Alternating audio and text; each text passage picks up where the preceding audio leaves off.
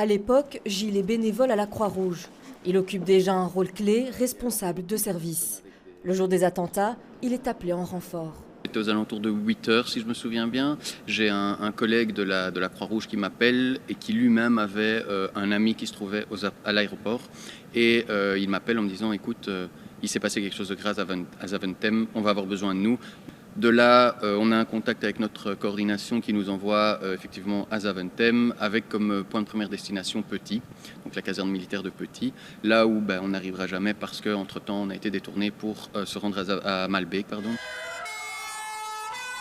Direction Malbec, Gilles arrive rapidement sur place et rejoint avec son équipe le poste médical avancé. Au total, près de 600 volontaires de la Croix-Rouge seront mobilisés ce jour-là.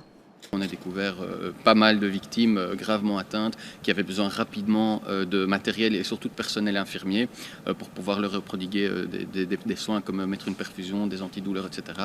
Et on a commencé à se déployer et à travailler avec l'aide des différents SMUR sur place. C'est une odeur qui est indescriptible et qui est vraiment très particulière. Et alors aussi, c'est le calme qui régnait dans ce poste médical avancé. Après les attentats, une question s'impose. Comment faire mieux ?